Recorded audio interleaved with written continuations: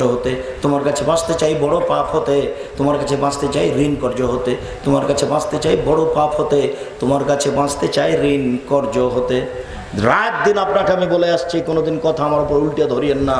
আমি বলেছি ব্যবসা করেন বাপের জমিদারি বিক্রি করে, তাহলে বড় ব্যবসা করতে পারবেন। নইলে চকলেট বিক্রি করে ব্যবসা করেন, ঋণ নেওয়া লাগবে না। কলা বিক্রি করে ব্যবসা করেন, তাহলে ব্যাংক থেকে টাকা তোলা লাগবে না। ব্যাংক থেকে টাকা কোটি টাকা তুলে কলিকাতায় হিরোইন কিনেছেন, ঢাকায় বিক্রি করেছেন, কোটি টাকা ইনকাম করার আশায় এই ব্যবসা চলবে না। 350 টাকা দিয়ে বেটা আইসক্রিম কিনেছে বউয়ের জন্য, ব্যাংকের টাকা ঋণ নিয়ে। একেবারেই পাগল, মাথায় গোবর আছে। যার ঋণ আছে তার জানাজা হবে না। আল্লাহ নবী বলছেন এ লোকের ঋণ আছে, জি না, আচ্ছা ঠিক আছে জানাজা করাচ্ছি। এ লোকের ঋণ আছে, জি, তাহলে তোমরা জানাজা করো, আমি গেলাম। ঋণ আছে যার, জানাজা নেই তার। কোটি টাকা ঋণ নিয়ে ব্যবসা করতে গেলেন, এই বুদ্ধি কে দিল?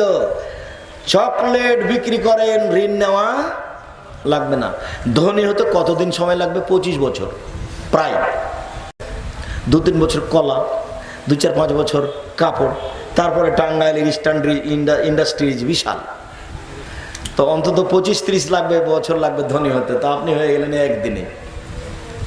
মেয়েও জানে না স্বপ্নের ঘটনা, স্ত্রীও জানে না স্বপ্নের ঘটনা, যে কয়েক কোটি টাকা আপনি উঠিয়েছেন ব্যাংক থেকে। পাগল হয়ে গেলেন নাকি?